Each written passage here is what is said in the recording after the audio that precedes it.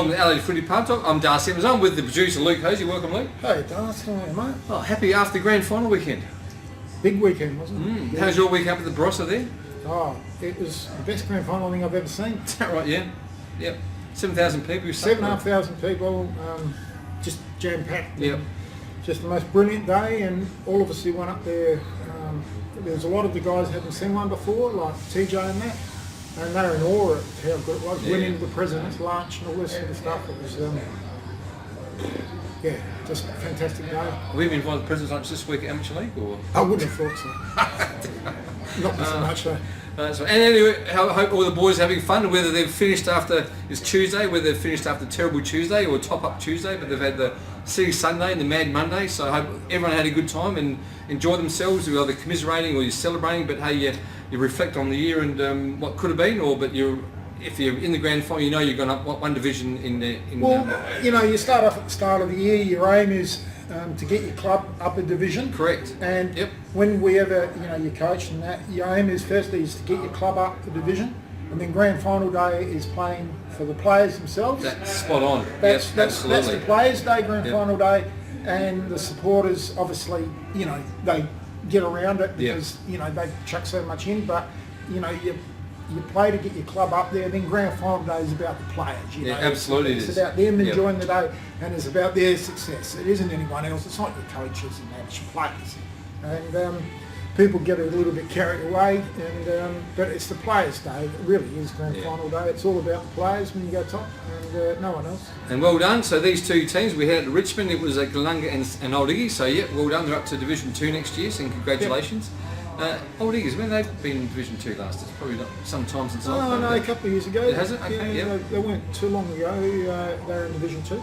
But this... About 2000, I remember them in 2013, 2014, we coached at Portland, went top, we played Old Ignatians, up at Old Ignatians 2014, because that was before the oval had been done up, and it was just full of weeds and whatever up there. It's like carpet now. Yeah, it's unbelievable now. Gold. Karen Rolton there, Karen Rolton Oval, and brilliant cricketer was Karen at Port Adelaide and Australia, but so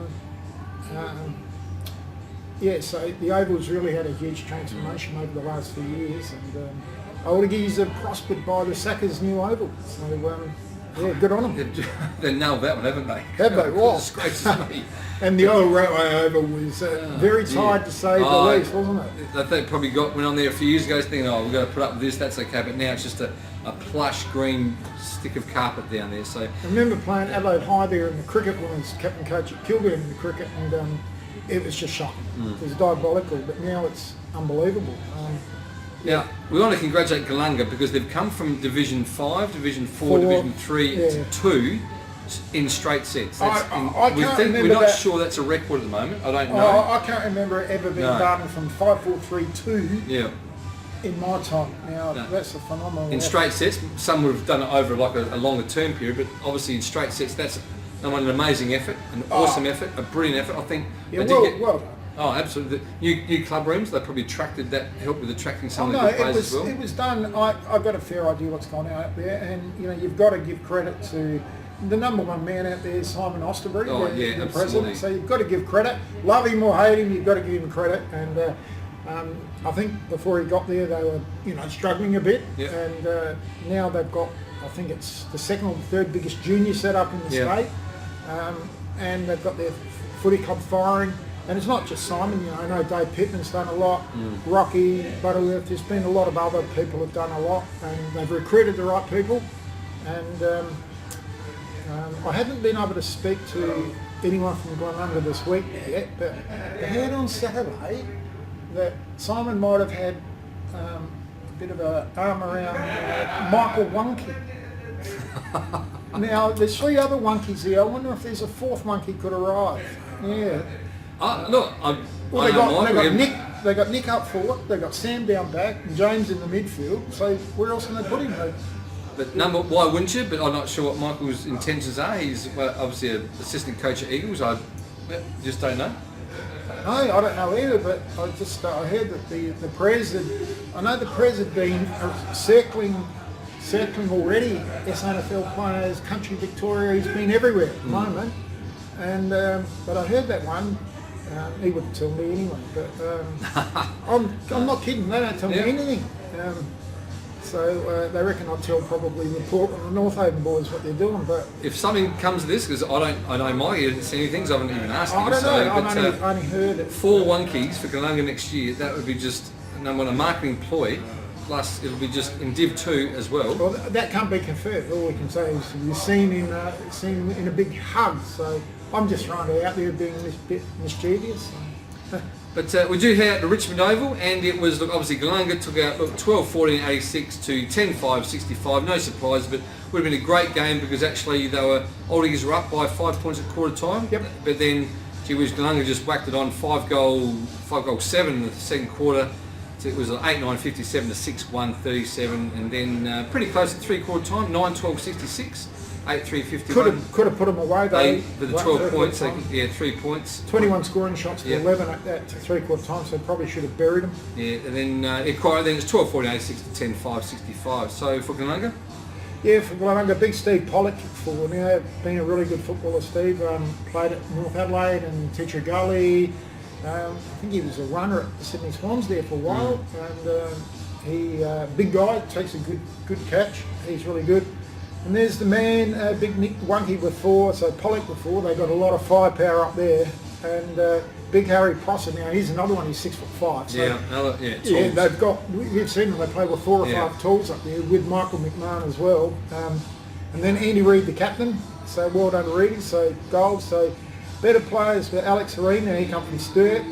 Campbell, I reckon he might have come from Sturt as well. James Wonky, was it North or the Eagles?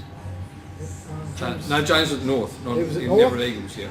Bilby, I reckon he was at Teacher Gully. Nick Wonky, in the Eagles or North? I'm not sure. I think there's only one of them in the North. The other one was never out of the club, I think. Okay, so. and the other one, another better player was Harry Prosser. Yep. So some big names there and some big boys. So they just getting bigger, and they might even get bigger next year, I would have thought. So yeah. But and for Old Eagles, look, they gave it their best, no doubt. They won the grand final, gave it their all. There was Mason with 2, McCabe.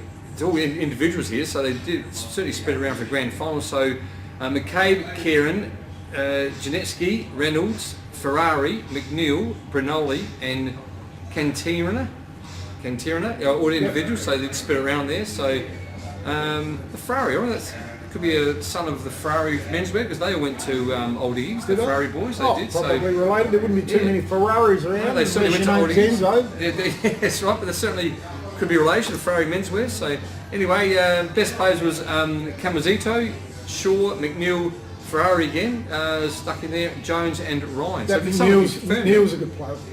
Someone can confirm with us if that Ferrari is any relation to the. I think it's Anton Ferrari. There's a brother, one in Perth, but I know we're going on a bit about Galunga. They've had a fantastic season. It's probably because Galunga have gone 5-4-3-2. Amazing. That's just an amazing effort. That's amazing. Seriously, yeah. Old Eagles had a fantastic season as well. They've gone up. Don't want to play light to that because they've had a great season. Yeah. But they've just run into a once in a generation type footy side or club that's actually gone right through like that. So well done to Galunga. I tipped the Old Eagles. I thought the rotations at Galunga might stop them on a hot day, but clearly not. And well done to all the people at Piranha, Andy Reid and all the guys out there. Yeah, you got the B grade there? Or? Yeah, we'll just get the B grade lads a plug. They were at Richmond, so that's not as bad as the old days, mate, when they used to water the oval. I'm sure the players would have been handy with a bit of water on the Saturday. So just quickly, so the Flinders Park in this grade in B's and C's, they won both the grand finals there, so you'll probably come up. So yeah, they won the reserves. I'm just trying to find out who they played. Jesse, the reserves coach, obviously winning the grand final. The coach. Is that Winnan? Sorry, Jesse Winnan? No. But his wife, I'm just trying to find her name. How bad is this? She played in the women's grand final. So in the netball? Yeah, no, the football. Oh, okay. They finished playing the grand final the week before, so they both got medallions. Obviously, won the first football grand final for the women's at Flinders Park, and he coached the B grade. Excellent. So they both had a bit of fun for them. Absolutely, it is. So it was Flinders Park 77-49. Yep. Your mob Das at Flinders Park, and Eagles didn't have a good day. No, it's 4-8-32, but still they made it through to the last Saturday, and Yeah, so they're like the old Iggies. They've got rolled in both grand finals. But, yeah, That's it. Well done to Flinders Park there, winning the seconds. And they're around the top there every year, and the reserves, mate, Flinders Park. They are. They think they won the grand final. Come second last year, or lost the grand final last year. But I reckon C grade won one as well. They've won 2 in a row now. That's back to back for them. And the women's have won. They won as exactly. well. I mean, it's all premierships at Flinders Park, isn't it?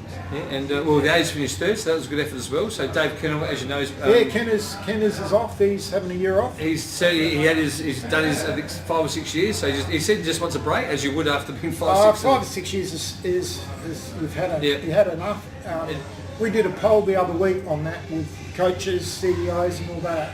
How long you can last, and you know, I think it come back that I haven't checked all the polls yet, but you know, when I last looked, you know, most people are saying about 4 years coaching, and that's about right. Yeah. I know I've coached a few places. One in the cricket lasted too long. I probably lasted 8 years, and that's probably too long with a group of people. He's successful, okay, but look, Dave has been successful, but I think he's just got 5 years or 6, whatever it was. He goes, look, I just need a break, and as he does, go back to his family, probably come out and watch a few games now, and he'll always be around the club, always consulting, helping out wherever he can. So I look back now and think 8 years is too long with a group of lads, and we went top in the 8th year with the cricket lads. So I think things got stale. Yeah. You know, and I think no matter who you are as a coach, CEO, leader of the group, your message gets a bit stale after a certain amount of time, and 3 to 4 years is about enough. That's how I see it. But that's it. But good luck, Dave. I'm sure you'll be around the club, and I'm sure everyone loves you to death. They do. I've heard that everyone loves Kenneth. So, absolutely. Any inside info who might get? No, I've got none whatsoever. Exactly none. I don't think. Yeah, well, he's overseas at the moment, so we could say that Jacko might be back. Is that a rumour or? I don't know. I'll just start. Yeah, no, nothing yet. I think the applications only went out last week, so well, good luck whoever it may be. So it could be. We don't know. We just make it up, mate. Yeah, exactly. That's what we do. The media do. So, all right, that's all for Division 3. We'll see you next year. See you next year.